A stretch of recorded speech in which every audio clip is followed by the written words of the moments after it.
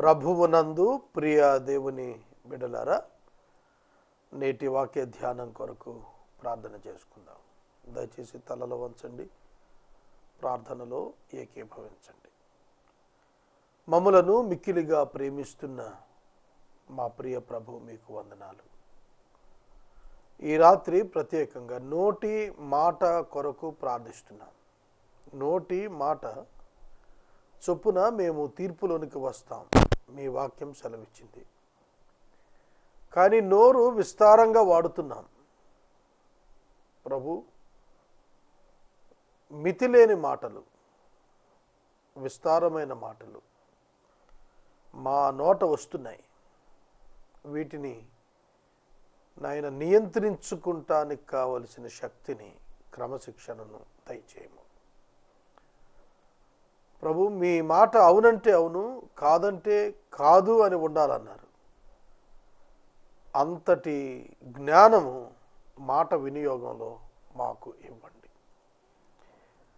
ప్రతి వాడును తన పొరుగువానితో సత్యమే పలుకవలెను అని మీరు వ్రాయించారు. మా జీవితాల్లో అది మాత్రమే నెరవేర్చండి. మీ చేతికి మమ్మను సమర్పిస్తున్నాను. ఒక్కొక్క దినం ఒక్కొక్క నాయన తప్పిదాన్ని సరిచేసుకోవటం మాకు నేర్పండి ప్రభు. శ్రేష్ఠులంగా మేము తీర్చబడుటకై ప్రార్థిస్తున్నాం. త్రూ అవర్ లైఫ్స్, మా జీవితాల ద్వారా నిన్ను ప్రచురం చేయటం నేర్పించండి. నేటి వాక్య ధ్యానం మాకు దీవెనకి ఇవ్వండి. సహకారులు కావాలి, పంపించండి. యేసు నామమున ప్రార్థిస్తున్నాము తండ్రి, ఆమేన్. ప్రభువునందు ప్రియ దేవుని బిడ్డలారా, దయచేసి మీ పరిశుద్ధ బైబిల్ గ్రంథాన్ని తెరవండి. మత్తయి సువార్త 2వ అధ్యాయము 13వ వచనం నుండి వాక్యాన్ని మనం ధ్యానిద్దాం. గత రాత్రి జ్ఞానులు నక్షత్రము చేత తోడుకొని రాబడిన వారై యేసు ఉన్న ఇంటి లోనికి వచ్చి తమ పెట్టెలు విప్పి బంగారము, సాంబ్రాణి, బోళము సమర్పించి సాగిలపడి పూజించారు. హేరోదు యేసుక్రీస్తు ప్రభువును చంపబోతాడని, కావున హేరోదు యొద్దకు వెళ్ళవద్దని దేవుని చేత బోధించబడి వేరే మార్గాన వాళ్ళు వెళ్ళిపోయారు. ఈ జ్ఞానులు యేసుక్రీస్తు ప్రభువును దేవునిగా, శ్రమల సేవకునిగా, ఆరాధనకు పాత్రునిగా, పునరుద్ధానునిగా గుర్తెరిగారు. పునరుత్థానం ఆయనే అని గుర్తెరిగారు. అందుకే వారు సాగిలపడ్డారు. వారు తెచ్చిన బహుమానాలు ఆయన రాజరికాన్ని, ఆయన దైవత్వాన్ని, ఆయన శిలువ శ్రమలను, ఆయన పునరుద్ధానాన్ని జ్ఞాపకం చేసే వస్తువులు తెచ్చారు వాళ్ళు. దేవుని యొక్క వాక్యము యేసుక్రీస్తు ప్రభు ఈ లోకానికి రావలసిన రక్షకుడని ఆనాడు వారికి తెలియజేసిన దానిని వారు నమ్మారు. అందుకే వారికి దైవ దర్శనం దొరికింది. వారు దేవుని దూత చేత హెచ్చరిక చేయబడ్డారు. హేరోదు మనసు తెలుసుకోగలిగారు. హేరోదు యుద్ధకు వెళ్లకుండా వేరొక మార్గాన తమ దేశాలకు వెళ్ళిపోయారు. వారు రాజసౌధానికి వెళ్ళినప్పుడు సొంత మనస్సు, బుద్ధి ఉపయోగించారు. తిరిగి వెనకకు వెళ్ళే ప్రయాణంలో తమ సొంత బుద్ధి ఉపయోగించక దేవుని నడిపింపుకు తల ఒగ్గారు. మన తలంపులు, మన ఆలోచనలు, మన రీజనింగ్స్, మన జడ్జిమెంట్స్ మనలను కొన్ని సందర్భాల్లో ప్రమాదంలోకి నెట్టేస్తాయి. ఆ జ్ఞానులు వెనుకకు తిరిగి వెళ్ళి ఉంటే యేసు మీద ఖచ్చితంగా దాడికి హేరోదు పూనుకునేవాడే. God escaped Jesus. God escaped Jesus. యేసుక్రీస్తును తప్పించాడు దేవుడు. మరియ యోసేపులను తప్పించాడు ప్రమాదం నుండి. దేవుడు తన కార్యాన్ని తాను చేస్తున్నాడు. వేరొక దిక్కున వాళ్ళను వెళ్ళమంటే వెళ్ళిపోయారు. దాని తదుపరి జరిగిన సందర్భం, హేరోదు బిడ్డను చూస్తున్నాడు. హేరోదు బిడ్డను చూస్తున్నాడు. మోషే కాలంలో కూడా చిన్నపిల్లలను చంపేశారు, మగపిల్లలను. యేసుక్రీస్తు ప్రభు కాలంలో కూడా 2 సంవత్సరాల కంటే తక్కువ వయసు ఉన్న వారందరినీ చంపమని రాజు ఆజ్ఞ ఇచ్చాడు, చంపేశారు.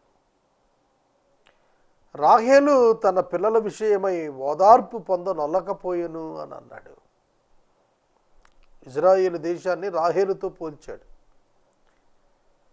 పిల్లలు చనిపోవటం గురించి ఓదార్పు పొందనొల్లకపోయిందట ఆ ఇజ్రాయేలు దేశం.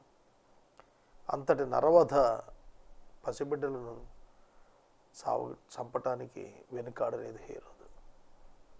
అది ఎరిగిన ప్రభువు ఆయనను తప్పించుటకు ఐగుప్తుకు వెళ్ళమని తన దూత ద్వారా యోసేపుకు కలలో కనపడి చెప్పించారు. వారు వెళ్ళిన తరువాత, జ్ఞానులు వెళ్ళిన తరువాత, ఇదిగో ప్రభువు దూత స్వప్నమందు యోసేపునకు ప్రత్యక్షమయ్యను.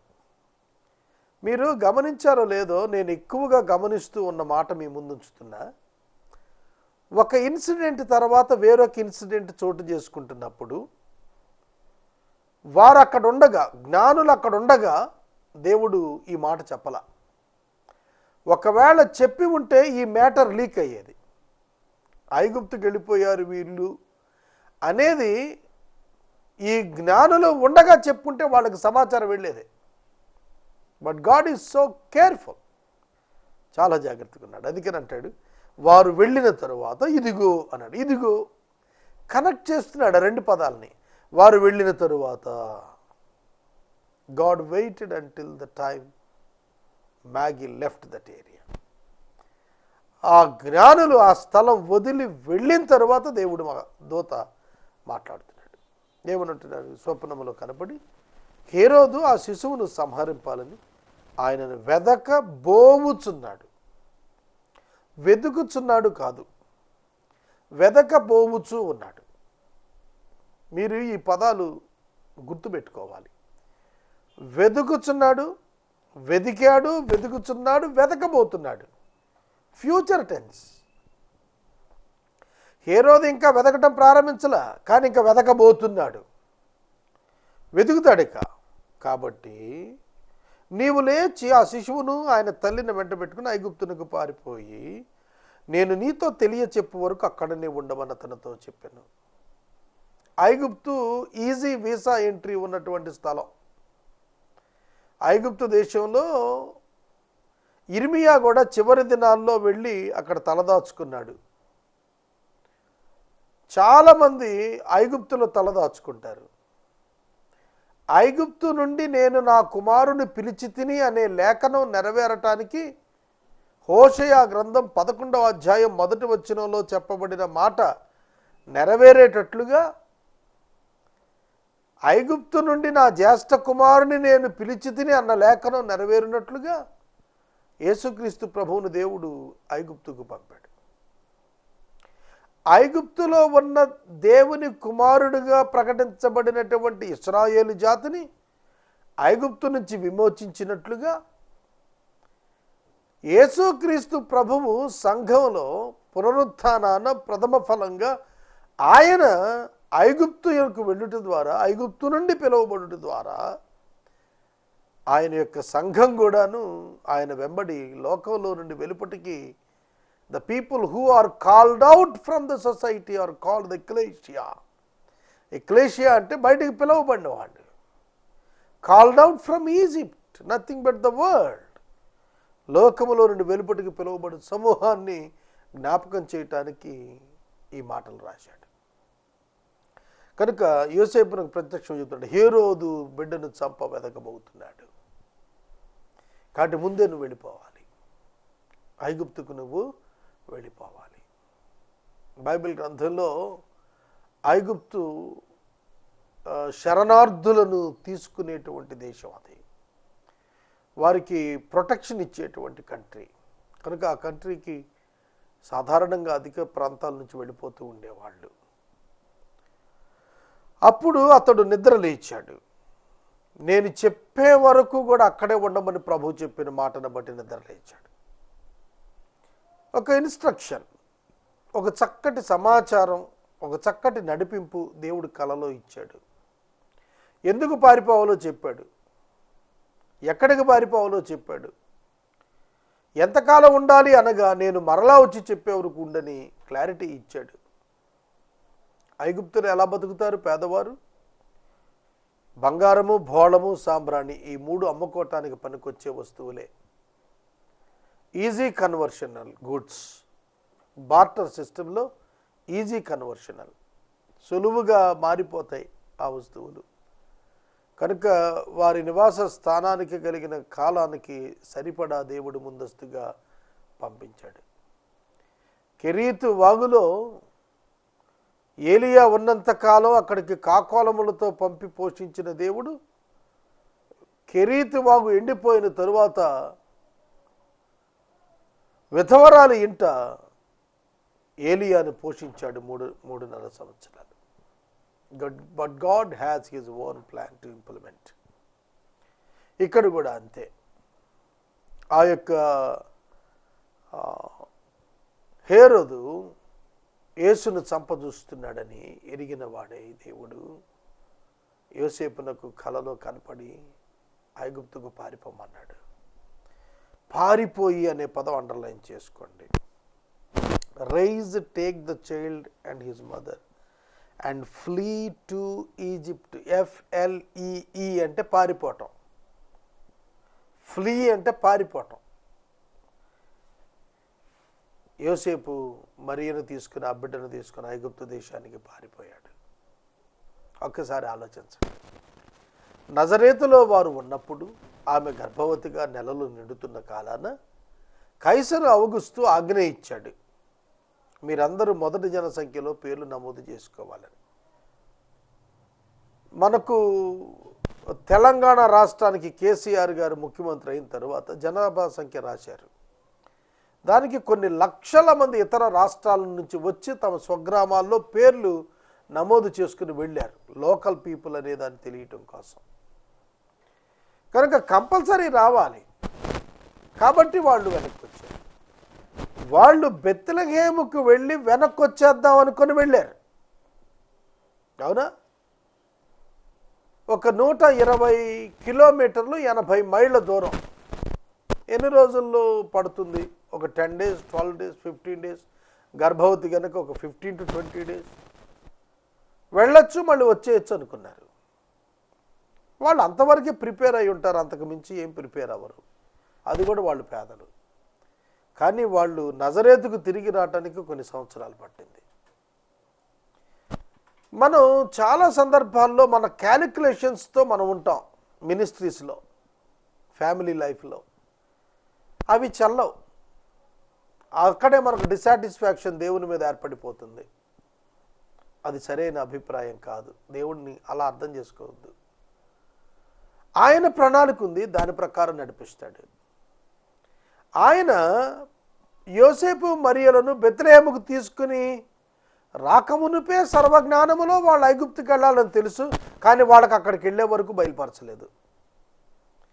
మరియ జన్మనివ్వగానే బయలుపరచలేదు. జ్ఞానులు వచ్చి వెళ్ళిన తర్వాత దర్శనంలో బయలుపరిచాడు. ఇంకా ముందు చెప్పచ్చుగా. మనం అలా అనుకుంటాం, కానీ he knows the right time. When he reveals the things, it is the proper time. ఆయన ఖచ్చితంగా అవసరమైన కాలంలోనే ఆయన తన యొక్క మర్మాలు బయలుపరిచేటువంటి దేవుడు. ఆయన చేయగలడు, కానీ చేయడు. ఆయనకు ప్రణాళిక సమయం ఉంటుంది, దాని ప్రకారం చేస్తాడు. ఇక్కడ కూడా అదే జరిగింది. పారిపోయి నీతో నేను చెప్పు వరకు, తెలియజెప్పు వరకు అక్కడే ఉండమని అతనితో చెప్పాను. అప్పుడు అతడు లేచి ఆ రాత్రి వేళ శిశువును తల్లిని తోడుకొని ఐగుప్తుకు వెళ్ళిపోయాడు. ఐగుప్తులో నుండి నా కుమారుని పిలిచి నేను ప్రవక్త అయిన హోషియా ద్వారా ప్రభువు సెలవిచ్చిన మాట నెరవేర్చబడినట్లు హేరోదు మరణము వరకు అక్కడ ఉండెను. హేరోదు మరణం వరకు అక్కడ ఉండెను. హేరోదు మరణించింది కూడా దేవుని దూత వెళ్ళి యోసేపుకి చెప్పాడు, హేరోదు చచ్చిపోయాడు, ఇక నువ్వు బయలుదేరి నజరేతుకి వెళ్ళిపోవచ్చు అని. God will lead you. ఇవాళ అట్లా కనపడినట్లుగా వచ్చి దేవదూతలు నీకు చెప్పక్కర్లేదు, but you can trust your God that he will lead you in a great way. ఒక గొప్ప విధానములో, ఘనమైన విధానములో దేవుడు నిన్ను నడిపిస్తాడని నీవు తెలుసుకోవాలి. అదే నేను ఇప్పుడిప్పుడు అర్థం చేసుకుంటున్నాను. చాలా సంవత్సరాలు నేను అనుకునేవాడిని our planning and design is most important అనుకునేవాడిని. కానీ అవేవి జరగలేదు. ఆలోచనలు, ప్రయత్నాలు, వాటి యొక్క ఫలితాలు అవి నేను అనుకున్న రీతిగా అనుకున్నవి జరగలేదు. కానీ ఆయన అనుకున్నవి జరిగాయి. నా బాల్యం నుండి నేను ఆలోచన చేసుకున్నాను, నా చదువు విషయంలో నేనేం చదువుకోవాలనుకున్నాను అది చదువుకోలేకపోయాను. నేను ఎక్కడ స్థిరపడాలనుకున్నాను, ఏ స్థాయిలో ఉండాలనుకున్నాను దానికి వెళ్ళలేకపోయాను. వివాహ విషయంలో, బిడ్డల విషయంలో, ఇంటి విషయంలో, ఇలాగున ప్రతి ఆస్పెక్ట్లో God's design for my life is fulfilled. Not my plans. My plans are failure. కనుక మనం గుర్తెరగాలి, యాజ్ ఎ బిలీవర్, ఒక విశ్వాసిగా మనం తెలుసుకోవాల్సింది ఏంటంటే, God has a great plan for us. He will execute it. You should not worry. మనం worry కాకూడదు. కనుక David never plan for his life. దావీదు ఎన్నడూ తన భవిష్యత్ కొరకు ప్రణాళిక చేసుకోలేదు. వెరీ సింపుల్, పశువులు కాసుకుంటున్నాడు అంతే. ఒక టైం రానే వచ్చింది, ఎలుగుబంటి వచ్చింది, చీల్చేశాడు. సింహం వచ్చింది, చీల్చేశాడు. God is preparing him. అర్థం కాలేదు అతనికి. గొలియాతు ఎదురైనప్పుడు పరిస్థితి అర్థమైంది. గొలియాతును కూడా ఒక్క రాయితో చంపేశాడు. తర్వాత సమూహాలు, సైన్యాలు, ఫిలిస్తీయులు, అమాలేకీయులు, ఎన్ని శత్రు వర్గాలండి. జీవితకాలం అంతా యుద్ధాలు నిర్వహించాడు. అల్టిమేట్గా దావీదుని గురించి రాసింది, దేవుని చిత్త ప్రకారం దావీదు పరిపాలన చేశాడు. దావీదు యొక్క జీవితంలో గాడ్స్ ప్లాన్ ఫుల్ఫిల్ అయింది. మనం దీన్ని అర్థం చేసుకోవాలి. యేసుక్రీస్తు ప్రభు పారిపోవటం ఏమిటి? God design that. దేవుడు దాన్ని అలా చేశాడు. ఆయన శరణార్థిగా వెళ్ళటం ఏమిటి? సోదరుడా, సోదరి, ఐగుప్తు నుంచి పిలువబట్టం ఏమిటి? He planned like that. మనం దేవుని అర్థం చేసుకోవటానికి, దేవుణ్ణి గ్రహించడానికి మాటలన్నీ ఉపయోగపడతాయి. హేరోదు వెదుగుతున్నాడు, ఇతరులను చంపేస్తున్నాడు, చిన్నపిల్లలను చంపుతున్నాడు. 2 సంవత్సరముల మొదలుకొని తక్కువ వయసు గల మగపిల్లలు అందరినీ వధించెను. రామాలు అంగలార్పు వినబడెను, ఏడ్పు మహారోదన కలిగే. రాహేలు తన పిల్లల విషయమై ఏడుస్తూ వారు లేనందున ఓదార్పు పొందనొల్లగా ఉండెను. ఇర్మియా ప్రవక్త చెప్పిన వాక్యం నెరవేరింది. మీకు విషయం తెలియాలి, రాహేలుకి యోసేపు, బెన్యామీను పిల్లలు. యోసేపు పెద్దవాడు, బెన్యామీను ఆమె డెలివరీ అయిన వెంటనే ఆవిడ చనిపోయింది, బెన్యామీను బతికాడు. కానీ ఇక్కడ వచ్చిన ఉన్నాడు, తన పిల్లల విషయమై ఏడుస్తూ వారు లేనందున. వారు లేకపోవటం ఏంటి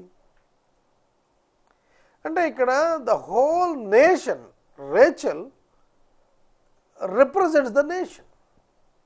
రాహేలు ఇశ్రాయేలు దేశాన్ని సూచిస్తోంది. చిన్నపిల్లలు, 2 ఏళ్ల కింద పిల్లల్ని చంపేశారు. హేరోదు యొక్క కఠినమైన దుర్మార్గపు హృదయం తెలియబడుతుంది. దుర్మార్గుడండి, చిన్నపిల్లలు చంపాడు. ప్రభువు ఎందుకు దీన్ని అనుమతించాడని ప్రశ్నించడానికి ఏమని జవాబు చెబుతాం?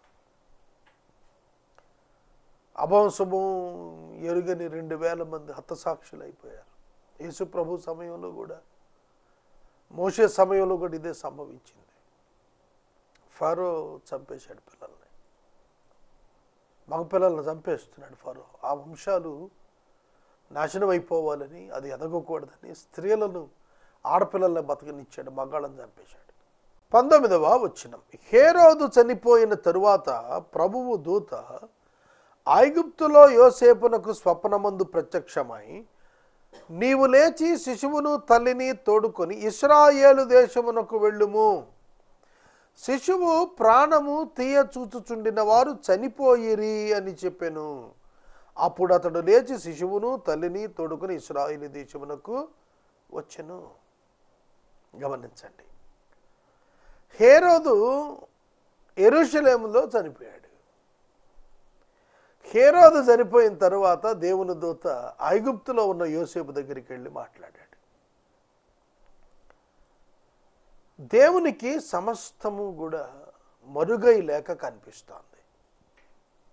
ఐగుప్తులో ఉన్న యోసేపుకి యెరూషలేములో చనిపోయిన హేరోదు గురించి తెలియదు, కానీ దేవుడు సమాచారాన్ని తెలియజేశాడు. దేవుడు ఈ మనుషులను ఎట్లా అలర్ట్ చేశారు, ఎట్లా కనెక్ట్ అయ్యారు అనేది మీరు ఒక్కసారి పరిశీలన చేయాలండి. యేసు జనన సమయంలో హౌ గాడ్ యాక్ట్స్, ఎట్లా పనిచేశాడు ఆయన దేవుడు, ఎవరెవరిని ఎట్లా కలిపాడు, ఎవరితో ఎట్లా మాట్లాడారు, ఎవరిని ఎట్లా తప్పించారు. కనుక ఆయన యొక్క కార్యము తేటగా కనిపిస్తుంది. మనం ఎప్పుడు అర్థం చేసుకోవాలి, మన జీవితంలో కూడా ఆయన కార్యాలు ఆలోచించి వివేచించగలిగితే చెవులు గనవాడు వినుగాక అని ప్రభు చెప్పినట్లుగా మనం తెలుసుకోగలుగుతాం, మనం అర్థం చేసుకోగలుగుతాం. నా ప్రభువు నాతో ఉన్నారు, నాతో నడుస్తున్నారు, నాతో సహవాసాలు ఉన్నారు అనేది మనం తెలుసుకోగలుగుతాం. ఐగుప్తులో ఉన్న యోసేపు దగ్గరకు పరలోకంలో నుండి దేవుని యొక్క దూత ప్రత్యక్షాత్కు వచ్చారు. యెరూషలేములో ఉన్న చక్రవర్తి మరణాన్ని గురించి మాట్లాడాడు. యేసు క్రీస్తు ప్రభువును చంపజూచినటువంటి హేరోదే చనిపోయాడు. ఎటువంటి గొప్ప సందేశం ఉంది ఇందులో. అనేకులు నిన్ను హింసించాలని, నిన్ను మరణానికి అప్పగించాలని, నీ అంతు చూడాలని ప్రగల్భాలు పలుకుతూ ఉన్నవారు సమాజంలో కనిపిస్తారు. But they can't touch you, even they can't touch you. వాళ్ళు నిన్ను తాకను కూడా తాకకుండా ప్రభువుని తప్పించగలరు. God can give you the great escape. దేవుడు నీకు చక్కగా తప్పించుకునే మార్గాలు ఇస్తాడు. నీతిమంతునికి కలుగు ఆపదలు అనేకము, కానీ వాటన్నింటిలో నుండి యెహోవా అతనిని తప్పించను. God will rescue you from all kinds of problems. అన్ని సమస్యల నుండి ఆయన నిన్ను తప్పిస్తాడు, విమోచిస్తాడు, విడుదలిస్తాడు. ఎందుకంటే ఎంత ఆనందం ఉందండి, ఇంతకు మించి ఏం కావాలి మనకు. కాబట్టి అదే దినమున అతడు లేచాడు, శిశువును తల్లిని తీసుకుని ప్రయాణం ప్రారంభించాడు. యెరూషలేము ఇజ్రాయేలు దేశం వైపు అతడు అడుగులు వేశాడు. ఈ రాత్రి వాక్యం ఉంటున్న సహోదరుడా సహోదరి, యోసేపు ఎలా తన జీవితాన్ని దేవునికి సమర్పించాడు ఒకసారి ఆలోచన చేయండి. మరియను విడిచిపెట్టాలి రహస్యంగా అనుకున్నప్పుడు ప్రభు దూత కనపడ్డారు. ఇది దేవుని వల్ల కలిగిందన్నారు. యేసు అని పేరు పెడతామని చెప్పారు. ఆ తరువాత ఐగుప్తుకి వెళ్ళమన్నారు. ఆ తరువాత ఇజ్రాయెల్ దేశానికి వెళ్ళమన్నారు. ఇలా దేవుని యొక్క దూత మాట్లాడుతున్న ప్రతిసారి కూడా యోసేపు చక్కటి విధేయత కనపరిచాడు దేవునికి. మాట్లాడుతున్న ప్రతిసారి విధేయత కనపరిచాడు. ఇవాళ మనం విధేయత కనపరుస్తున్నామా దేవునికి? మన నమ్మకంపై ఆనుకోవటం మంచిది కాదు. మన అండర్స్టాండింగ్, మన జడ్జిమెంట్ ప్రధానం కాదు, ఆయన చిత్తమే ప్రధానం. ఇది మనం నేర్చుకోవలసిన పాఠం. యోసేపు తన జ్ఞానం చొప్పున నడవటానికి ఇష్టపడలా, దేవుని నడిపింపు చొప్పున నడవటానికే ఇష్టపడ్డాడు. అందుకే నమ్మకస్తుడయ్యాడు. కనుక అతడు ఇశ్రాయేలు దేశం వైపు ప్రయాణం ప్రారంభించాడు. అయితే ఆర్కెలాయు తన తండ్రి అయిన హేరోదునకు ప్రతిగా యూదయ దేశం ఏలుచున్నాడని వెళ్ళి అక్కడికి వెళ్ళ భయపడి స్వప్నమందు దేవుని చేత బోధించబడిన వాడై గలిలయ ప్రాంతాలకు వెళ్ళి నజరేతను ఊరికి వచ్చి అక్కడ కాపురము ఉండెను. అచ్చట కాపురం అన్నాడు. యెరూషలేములో అప్పటికే హేరోదు యొక్క కుమారుడు ఆర్కెలాయు పరిపాలనలో ఉన్నాడు. అది తెలుసుకొని భయపడ్డాడు. ఒకవేళ తండ్రి కొడుకు చెప్పాడేమో మళ్ళీ ఆయన కూడా చంపుతాడేమో అని భయపడి గలిలయ ప్రాంతానికి వెళ్ళిపోయాడు. యేసుక్రీస్తు ప్రభు గలిలయ ప్రాంతంలో పెరిగాడు. ఆయన నజరేతులో పెరిగాడు. యేసుక్రీస్తు ప్రభు శిష్యులు అధిక శాతం గలిలయ నుంచి వచ్చారు. కనుక ఆ గాడ్స్ ప్లాన్ ఎంత పర్ఫెక్ట్గా ఎగ్జిక్యూట్ అయిందో చూడండి. శిష్యులు గలిలయులుగా ఉన్నారు కొందరు. మనం ఆలోచిస్తున్నప్పుడు ఆయన జీవితం ఒక ప్రత్యేక రీతిలో కొనసాగినట్లుగా మనకు అర్థమైపోతుంది. ఆయన లైఫ్ డిజైన్ అంతా కూడా దేవుడే నిర్మించి నడిపించాడనేది మనకు తెలుస్తుంది. ఆ తర్వాత నజరేత్ అనే ఊరికి వచ్చి అక్కడ కాపురం ఉండెను. ఆయన నజరేయుడు అనబడునని ప్రవక్తలు చెప్పిన మాట నెరవేరునట్లు ఇలాగ జరిగిన. నజరేయుడు అనే పదం సాధారణంగా నాజీరు అనే మాటను బట్టి వచ్చిందంటారు. సంసోను నాజీరు చేయబడ్డాడు న్యాయాధిపతుల గ్రంథంలో. అంటే ప్రత్యేకించబడ్డాడు అన్నమాట. వ్రతం లేదంటే ప్రతిష్ఠితం, వ్రతం నిమిత్తం ప్రతిష్ఠించబడిన వాడని అర్థం నాజీరు అంటే.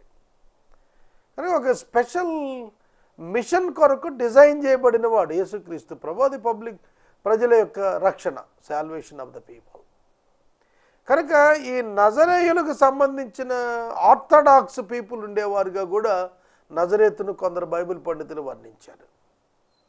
క్రిమినల్ ఏరియా కూడాను వర్ణించారు. యోహాను సువార్త 1వ అధ్యాయంలో నతానియేలు ఫిలిప్పును అడుగుతాడు, నజరేతులో నుంచి ఏదైనా మంచిది వస్తుందా అని. కనుక నజరేతులో నుండి మంచిది ఏది రాదు. అది కాంక్రీట్గా నమ్ముతున్నారు. కనుక స్పిరిచువల్ ఇన్బ్యాలెన్స్మెంట్ మైండ్స్ ఉన్నాయి అక్కడ. కనుక అక్కడి నుంచి ఎట్లా వస్తుంది అనేది ఆయన ప్రశ్న. కానీ ప్రభు అక్కడి నుంచే వచ్చాడు. ఎక్కడైతే వ్యతిరేకమైన స్థితి అక్కడ నుండే ప్రభు కార్యం ప్రారంభం అవుతుంది. ఇది చాలామందికి తెలియదు. మనం అనుకుంటాం అన్ని పాజిటివ్గా జరిగిపోతున్నప్పుడు అంత బాగుంది అనుకుంటాం. పొరపాటు. అంత వ్యతిరేకతలు కనిపిస్తున్నప్పుడు అందులోంచి పాజిటివ్ థింగ్స్ తీసుకురావటం దేవునికి అలవాటు. వ్యతిరేక పరిస్థితులలో దేవుడు అనుకూల వాతావరణాన్ని తీసుకురాగలుగుతాడు. అది ఆయనకే సాధ్యం.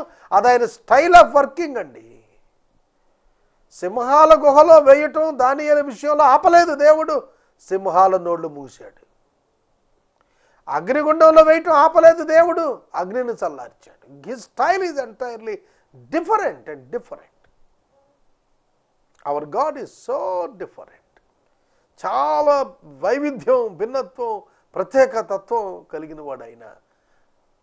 ఆయన ఆలోచనలు ఆకాశమంత ఎత్తుగా ఉంటాయన్నాడు. నజరేతులో ఆయన సెటిల్ అవ్వాలి. అదే ఆయన ప్లానింగ్. కనుక అక్కడ మీరు వెరచి అనే పదం చూస్తాం మనం. యోసేపు యొక్క భయం కన్సిడరేషన్లో తీసుకున్నాడు ప్లానింగ్లో దేవుడు. నజరేయుడని ప్రవక్తలు పిలిచారు. యోసేపు వెళ్ళాల్సింది ఎక్కడకు? యెరూషలేంకి వెళ్ళాలి. ఇజ్రాయేల్ దేశానికి పోవాలి. ఇజ్రాయేల్ దేశానికి వెళ్ళాలి అని అంటే భయపడ్డాడు. ఆర్కెలాయు ఉన్నాడు, భయపడ్డాడు. సమ్టైమ్స్ కొన్ని సందర్భాల్లో మన భయాలు, మన ఆందోళనలు కూడా దేవుని చిత్తపు నెరవేర్పుల డిజైన్లో భాగంగా దేవుడు ఉపయోగిస్తాడు. అది చాలా ఆశ్చర్యంగా ఉంటుంది. మోషే తనను ప్రభు పిలిచినప్పుడు నోటి మాంద్యంగాలు ఉన్నాయా, ఎవరినైనా పంపించన్నాడు. బట్ దేవుడు ఒప్పుకోలేదు దానికి. కనుక మన బలహీనతలను కూడా ఉనికిలోకి తీసుకొని, పరిగణలోకి తీసుకొని ఆయన ప్లాన్ డిజైన్ చేశాడండి. కనుక ఆయన నజరేతుకు వస్తాడనేది రావటానికి రీజన్ ఏమిటంటే యోసేపు అంతరంగంలో ఉన్న భయం. కనుక మన ఇమోషన్స్, మన తత్వం, మన హృదయంలో ఉండే ఆలోచనలు వీటన్నిటిని బట్టి కూడా ఆయన డిజైన్ చేస్తాడు. నేను నా విషయంలో చాలాసార్లు దీన్ని నేను అంగీకరించాను. He designed me beautiful design. నా క్యారెక్టర్ని, నా ఎమోషన్స్ని, నా చుట్టూ ఉన్న పరిస్థితులు బట్టి నాలో బిల్డ్ అయినటువంటి అభిప్రాయాల్ని వాటిని ఖండింపజేసుకుంటూ డామినేట్ చేస్తూ దేవుడు ఒక క్యారెక్టర్ బిల్డ్ చేశాడు నాలో. కనుక you must see the God in all the history. ఈ చరిత్ర అంతటిలో మనం చూడాల్సింది దేవుణ్ణి చూడగలగాలి. నేను ముగిస్తున్నాను. వారు నజరేతుకు వచ్చారు, ఆయన అక్కడ పెరుగుతూ ఉన్నాడు. రేపటి వాక్య ధ్యానంలో 3వ అధ్యాయం ప్రారంభించుకుందాం. ప్రార్థించుదాం.